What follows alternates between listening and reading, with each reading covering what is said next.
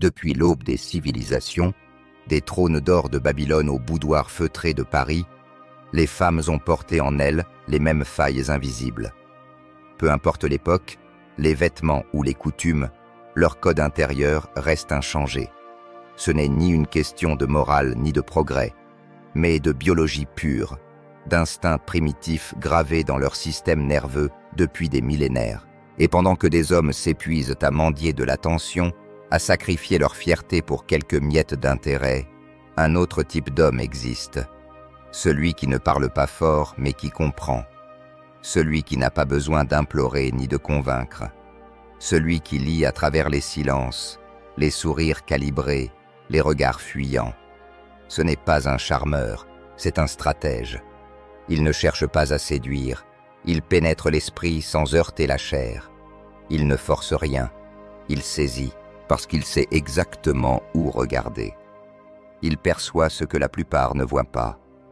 Les brèches, ces failles émotionnelles que même les femmes ne s'avouent pas à elles-mêmes. Elles sont là, tapies derrière l'assurance de façade.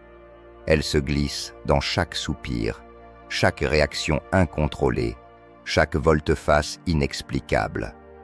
Et voici la vérité nue.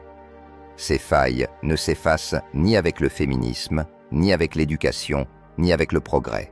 Elles résistent au diplôme, au voyage, à l'indépendance financière. Parce qu'elles ne sont pas des défauts. Ce sont des éléments constitutifs du féminin. Et celui qui les comprend n'a pas besoin de dominer par la force. Il règne sans bruit. C'est une puissance silencieuse, presque injuste. Non pas pour soumettre, mais pour voir plus loin, plus profond, là où même elle ne se regarde pas. Parce que l'information est pouvoir et que celui qui possède la carte intérieure mène le jeu. La première faille, c'est la dépendance à la validation. Une addiction au sens chimique du terme. Chaque regard admiratif, chaque compliment sincère ou factice, chaque like numérique déclenche une décharge de dopamine dans son cerveau. Pas une image, pas un concept, une réaction biologique. Un shoot, comme une drogue. Mais comme toute drogue, la tolérance s'installe. Plus elle en reçoit, moins elle ressent. Et c'est là que les hommes bien intentionnés se perdent. Ils croient qu'en donnant toujours plus, ils finiront par être aimés. Mais ils deviennent prévisibles, fades, transparents. Les femmes ne tombent pas amoureuses d'un robinet de compliments. Elles s'attachent à l'incertitude mesurée, au dosage intelligent. L'homme qui sait quand se taire, quand valider, quand disparaître, devient celui qui occupe leurs pensées. Chaque compliment est un dépôt émotionnel. Chaque silence, un retrait. L'homme désespéré dépose sans compter. Il pense acheter l'amour à coup de générosité affective. Mais ce n'est pas l'abondance qui nourrit le désir. C'est l'oscillation, l'absence intermittente, l'attente. Un compte affectif qui ne cesse de fluctuer. Il faut qu'elle doute, un peu, qu'elle attende, beaucoup, qu'elle espère, passionnément. La validation doit être rare, méritée, précise.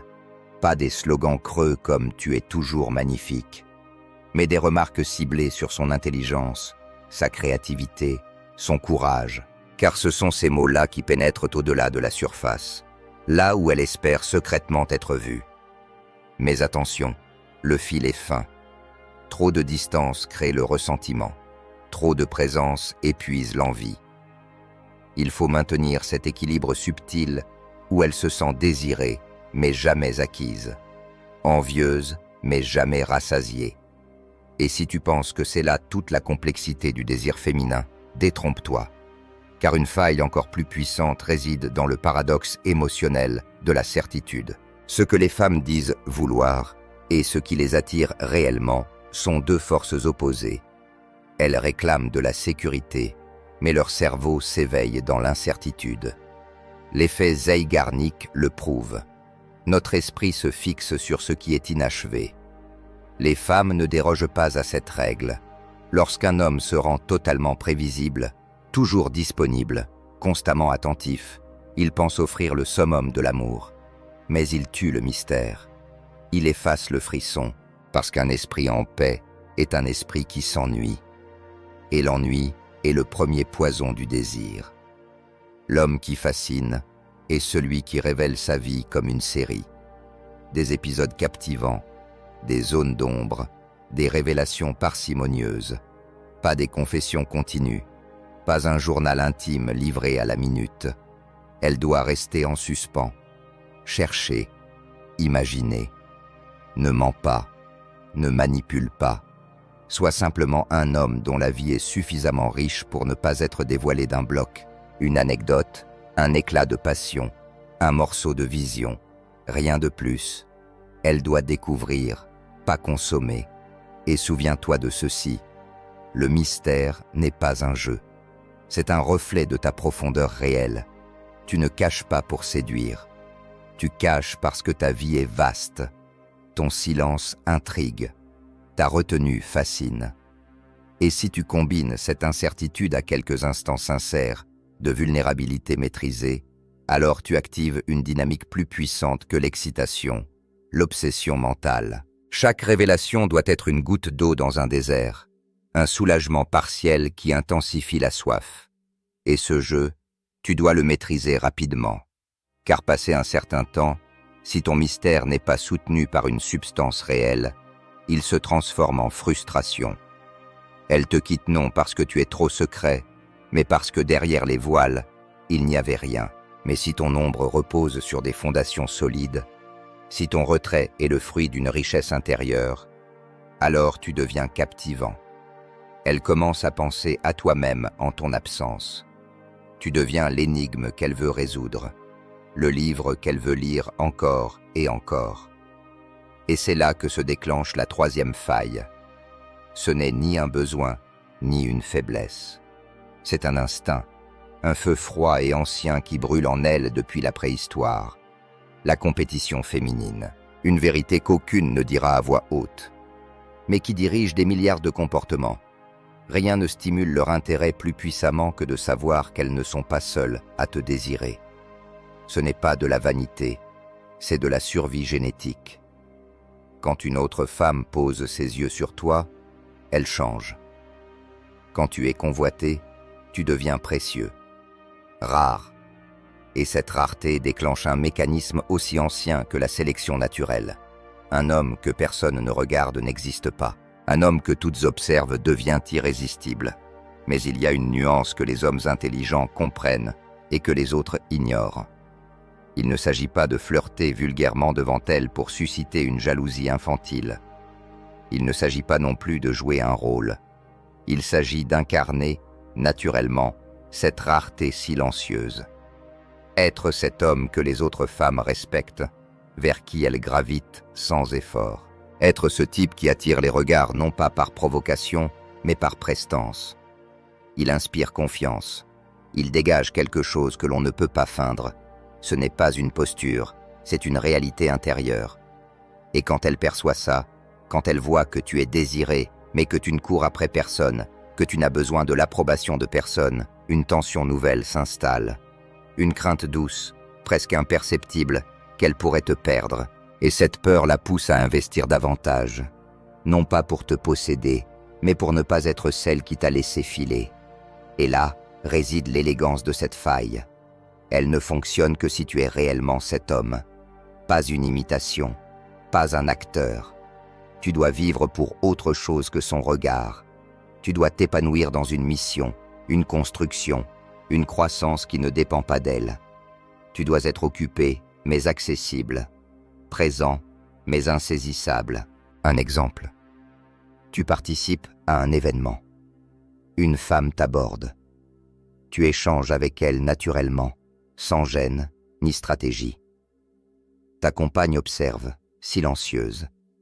Elle lit les signaux. Elle capte l'énergie. Et sans un mot, elle ressent que tu es l'homme que d'autres veulent. Mais tu restes calme. Tu ne cherches pas à lui prouver ta fidélité par de l'exagération. Tu ne deviens pas sec ni froid. Tu restes toi.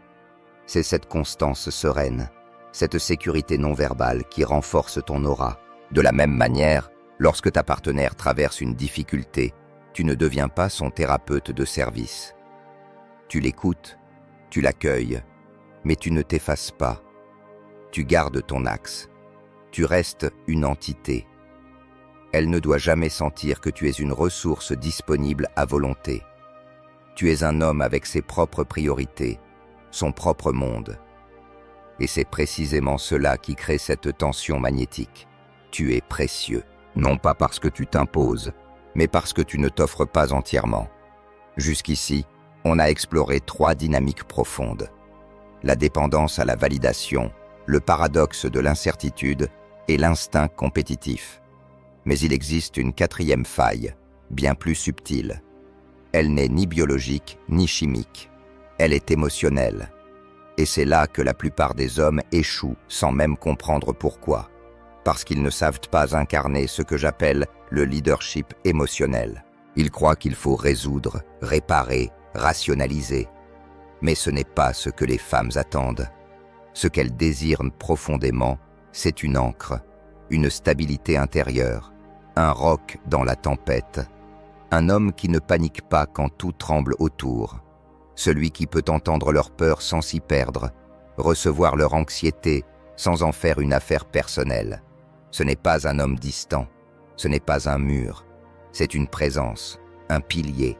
L'erreur des hommes réactifs, c'est de vouloir éteindre chaque feu dès qu'il surgit.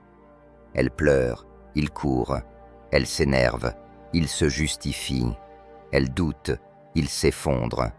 Mais un vrai leader émotionnel ne cherche pas à fuir la tempête, il l'accueille, il reste calme, non pas parce qu'il est insensible, mais parce qu'il est solide. Quand elle rentre fatiguée, il ne cherche pas à tout rationaliser, il dit simplement « Je comprends, raconte-moi ». Il ne cherche pas à la sauver, il lui montre qu'il est là, entier, présent, sans jugement. Et c'est cette stabilité silencieuse qui la touche plus profondément que tous les cadeaux ou toutes les promesses, parce qu'il devient son repère, celui qui ne vacille pas. Et voici le secret ultime. Ce type d'homme devient irremplaçable, pas parce qu'il fait tout, mais parce qu'il est tout. Son calme devient un refuge, sa constance, un levier. Et même lorsqu'elle doute, lorsqu'elle se débat avec ses émotions, elle revient à lui, pas parce qu'il l'oblige, mais parce qu'elle ne trouve cette force nulle part ailleurs. Et c'est là que nous touchons à la 5e faille, la plus sophistiquée, la plus exigeante, celle qui distingue le tacticien du maître. C'est la personnalisation psychologique, la capacité à comprendre la femme en face de toi non comme un archétype, mais comme un monde unique. Toutes les femmes ne réagissent pas au même déclencheur. Certaines vivent pour la validation, d'autres pour la compétition, d'autres encore ont besoin de contrôle ou redoutent l'incertitude. Il ne s'agit pas d'appliquer une recette universelle. Il s'agit d'écouter, d'observer, d'analyser. Si elle a besoin de constamment vérifier ce que tu penses d'elle, si elle demande ton avis sur chaque détail, c'est que la validation est sa faille dominante.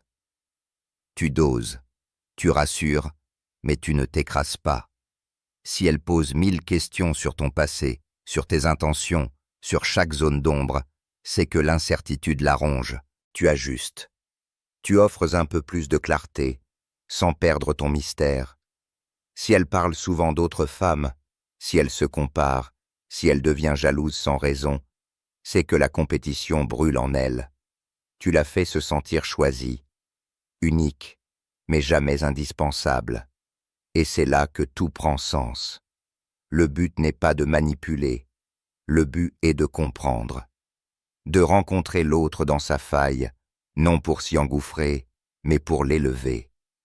Un homme rare n'est pas celui qui domine, c'est celui qui voit, qui comprend ce que même elle ignore d'elle-même, et qui agit avec respect, avec intelligence, avec intégrité. Ce que la plupart des hommes ignorent, c'est que ces failles ne sont pas des défauts. Ce sont des portes, des accès directs à l'âme féminine. Si tu les honores avec sagesse, elle ne te donne pas seulement son attention. Elle te donne sa confiance, sa loyauté, son admiration. Et ce sont là les 3 formes de pouvoir qu'aucune beauté, aucun statut, aucune richesse ne peuvent t'offrir par défaut.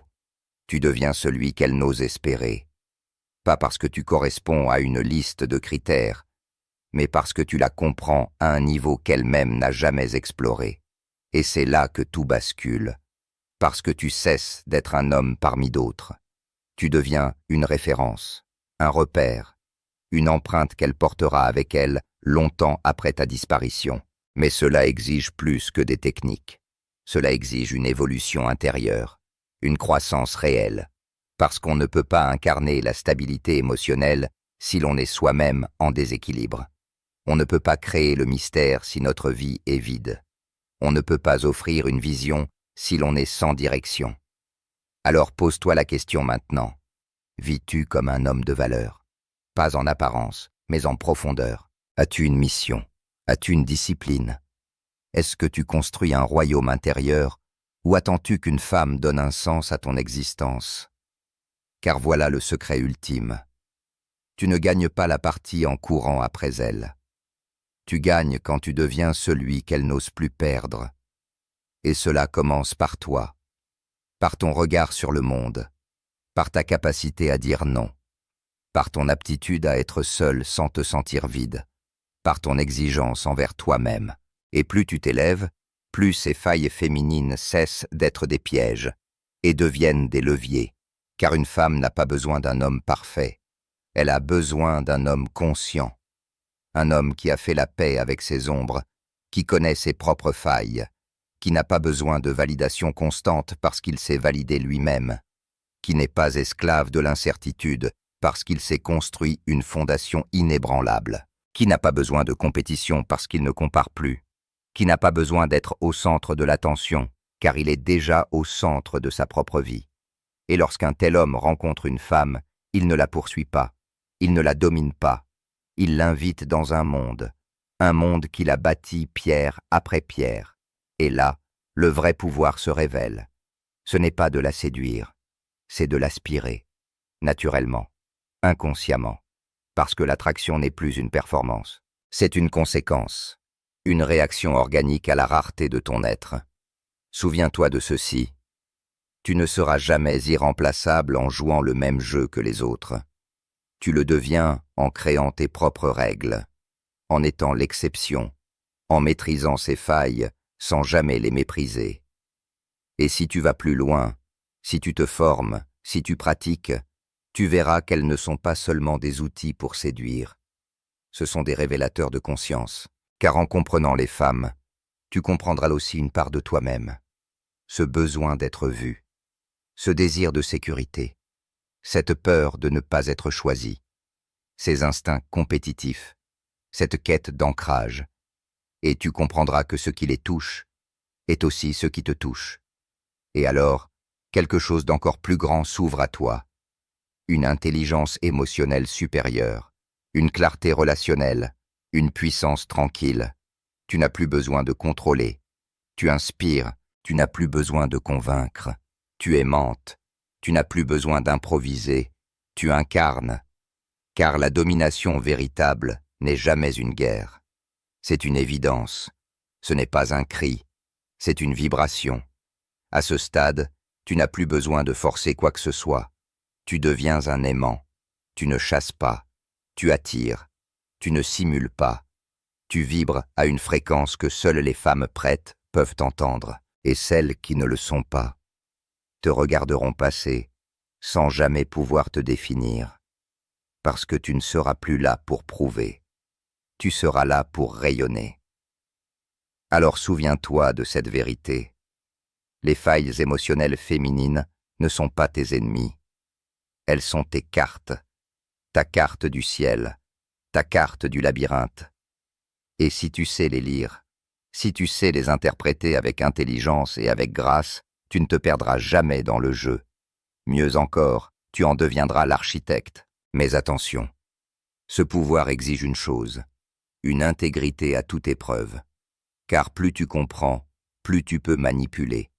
Et plus tu peux manipuler, plus tu dois choisir la voie haute. Ce n'est pas un jeu pour les faibles, ni pour les hommes blessés qui veulent se venger. C'est un jeu pour ceux qui veulent t'élever, transcender, incarner et offrir une autre façon d'être homme. Alors maintenant, c'est à toi. Ne laisse pas cette connaissance mourir entre les lignes. Choisis une faille, applique-la, observe, ajuste, apprends, et deviens chaque jour un peu plus rare, un peu plus fort, un peu plus libre. Car dans un monde où tout est bruit, confusion, impulsivité, ton calme sera une révolution. Et lorsque tu marcheras ainsi, sans bruit, sans peur, sans besoin, elles te verront, elles te sentiront, et même sans comprendre pourquoi, elles sauront que tu n'es pas comme les autres, parce que tu ne l'as jamais été.